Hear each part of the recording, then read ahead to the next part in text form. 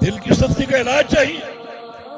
تو رسول اللہ صلی اللہ علیہ وسلم نے ارشاد فرمایا لا تحتقر من المعروف شیئا، کسی نیکی کو حقیر نہ جان. دیکھ وہی دعوت ہے، چھوٹے چھوٹے کام یہ انسان کے لیے جنت کے داخلے کا سبب بن سکتا ہے. وہ 40 خصائل والی حدیث ایک خصلت آپ نے بتا دی، باقی کام سارے چھوٹے چھوٹے.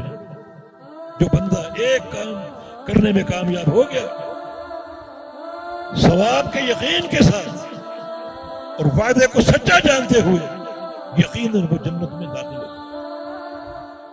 ان کاموں کی تعدید نہیں ہے، مبہم ہے. مانا یہ کہ ہر چھوٹی سے چھوٹی نیکی کرو، جو نیکی سامنے آئے اس کو اللہ کی توفیق سمجھو، اس کو کر گزرو، کیونکہ شریعت تعدید نہیں کی. مثلا کسی نے چھینک ماری، الحمدللہ کہا، اس کو جواب دو.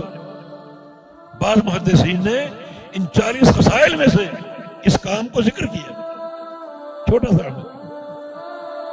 یہ نہیں کہ چھینک مارنے والا کوئی بچہ ہے، کوئی غلام ہے، اس کو میں کیوں جواب دوں. نہیں، اس کی طرف لب کو یہ سوچتے ہوئے کہ ہو سکتا ہے یہ جواب دینا ان 40 خصائل میں سے.